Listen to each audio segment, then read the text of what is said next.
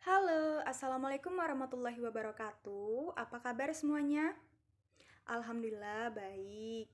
Sebelum memulai pembelajaran hari ini, ada yang tahu kita akan belajar tentang apa? Iya, benar sekali tentang Sumpah Pemuda.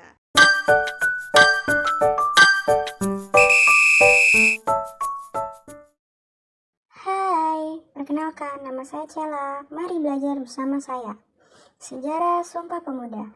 Sumpah Pemuda merupakan ikrar kebangsaan yang digagasi pada Kongres Pemuda kedua yang diselenggarakan di Jakarta pada tanggal 27 sampai 28 Oktober 1928.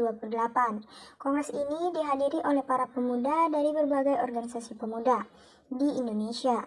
Sebelum Kongres Pemuda kedua, para pemuda telah mengadakan Kongres Pemuda pertama pada tanggal 30 April sampai dengan 2 Mei 1926. Kongres ini menghasilkan rumusan kerapatan pemuda yang berisi tentang cita-cita persatuan Indonesia. Namun, cita-cita persatuan ini belum terwujud sepenuhnya karena masih terdapat perbedaan-perbedaan antara organisasi pemuda. Oleh karena itu, diadakanlah Kongres Pemuda kedua untuk mempersatukan pergerakan pemuda Indonesia. Selanjutnya, Kongres Pemuda kedua yang diadakan di 3 tempat. Yang pertama diadakan di Gedung KJB pada tanggal 27 Oktober 1928. Pada rapat ini, Muhammad Yamin mengusulkan rumusan Sumpah Pemuda. Yang kedua diadakan di Gedung Java pada tanggal 28 Oktober 1928. Pada rapat ini, rumusan Sumpah Pemuda dibahas dan disepakati. Yang ketiga diadakan di Aula Perhimpunan Pelajar-Pelajar Indonesia atau yang sering kita sebut PPI pada tanggal 28 Oktober 1928. Pada rapat ini, naskah Sumpah Pemuda dibacakan dan diikrarkan oleh para pemuda. Isi hierarki Sumpah Pemuda memiliki 3 yang berisi: pertama, kami putra dan putri Indonesia mengaku bertumpah darah yang satu, tanah air Indonesia. Yang kedua, kami putra dan putri Indonesia mengaku berbangsa yang satu, bangsa Indonesia. Yang terakhir, kami putra dan putri Indonesia menjunjung bahasa persatuan, bahasa Indonesia.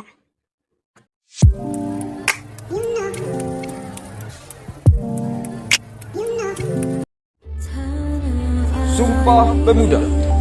Kami, putra dan putri Indonesia, mengaku bertumpah darah yang satu, tanah air Indonesia. Kami, putra dan putri Indonesia, mengaku berbangsa yang satu, bangsa Indonesia. Kami, putra dan putri Indonesia, menjunjung bahasa persatuan, bahasa Indonesia. Sumpah Pemuda juga mengandung nilai-nilai penting. Yang pertama, nasionalisme, kecintaan terhadap tanah air dan bangsa. Kedua, persatuan, rasa kesatuan dan kesatuan sebagai bangsa. Yang ketiga, patriotisme, semangat pengabdian kepada tanah air dan bangsa. Yang keempat, kemandirian, keinginan untuk bebas dari penjajahan dan kemerdekaan. Kelima, keberanian, keteguhan untuk melawan penjajahan dan memperjuangkan kemerdekaan. Selanjutnya, pengaruh Sumpah Pemuda pada perjalanan Indonesia. Yang pertama, membangkitkan semangat kebangsaan.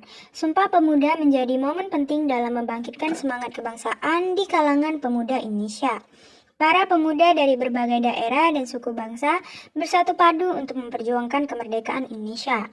Semangat persatuan dan kesatuan yang dikandung dalam Sumpah Pemuda menjadi landasan bagi perjuangan kemerdekaan selanjutnya.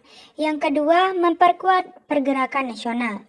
Sumpah Pemuda menjadi momen bagi para pemuda untuk memperkuat pergerakan nasional. Berbagai organisasi pemuda dibentuk dan bersatu untuk memperjuangkan kemerdekaan. Sumpah Pemuda menjadi pemersatu berbagai organisasi pemuda yang sebelumnya terpecah belah berdasarkan suku, agama, dan daerah asal. Yang ketiga, menegaskan identitas nasional.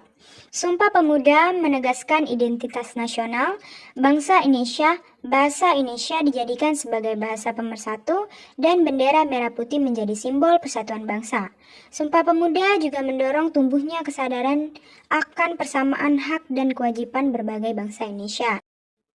Ada yang tahu di mana lokasi tempat diselenggarakannya Sumpah Pemuda? Adapun dampak positif dari Sumpah Pemuda, yang pertama meningkatkan rasa cinta tanah air dan nasionalisme. Sumpah Pemuda mengingatkan kita akan pentingnya menjaga persatuan dan kesatuan bangsa untuk mencapai cita-cita bersama. Yang kedua, mendorong persatuan dan kesatuan bangsa. Sumpah Pemuda menjadi pengingat bahwa kita adalah satu bangsa, satu tanah air, dan satu bahasa.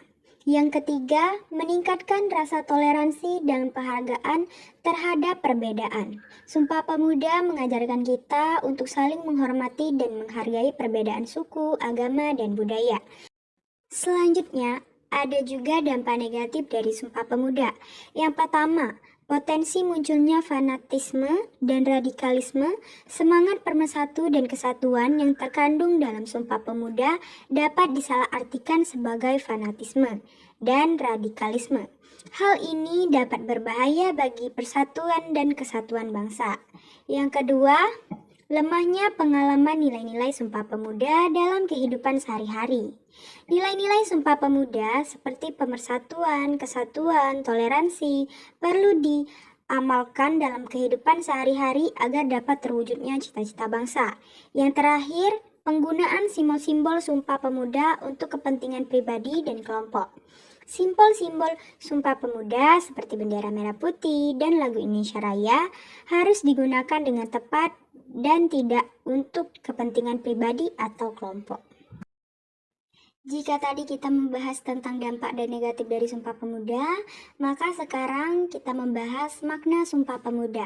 Yang pertama, Sumpah Pemuda merupakan ikrar para pemuda untuk mempersatu padu demi mencapai kemerdekaan Indonesia. Yang kedua, Sumpah Pemuda menegaskan identitas nasional bangsa Indonesia. Yang ketiga, Sumpah Pemuda menjadi sumber motivasi bagi para pemuda untuk terus berjuang dan berkarya demi kemajuan bangsa. Kesimpulan pada pembelajaran hari ini, Sumpah Pemuda merupakan peristiwa penting dalam sejarah Indonesia. Ikrar ini menjadi pemersatu bangsa Indonesia dan membangkitkan semangat juang para pemuda untuk memperjuangkan kemerdekaan. Nilai-nilai yang terkandung dalam Sumpah Pemuda masih relevan hingga saat ini dan perlu terus ditanamkan pada generasi muda. Selamat mengerjakan Quizlet. Semoga beruntung. Terima kasih telah belajar bersama Cella.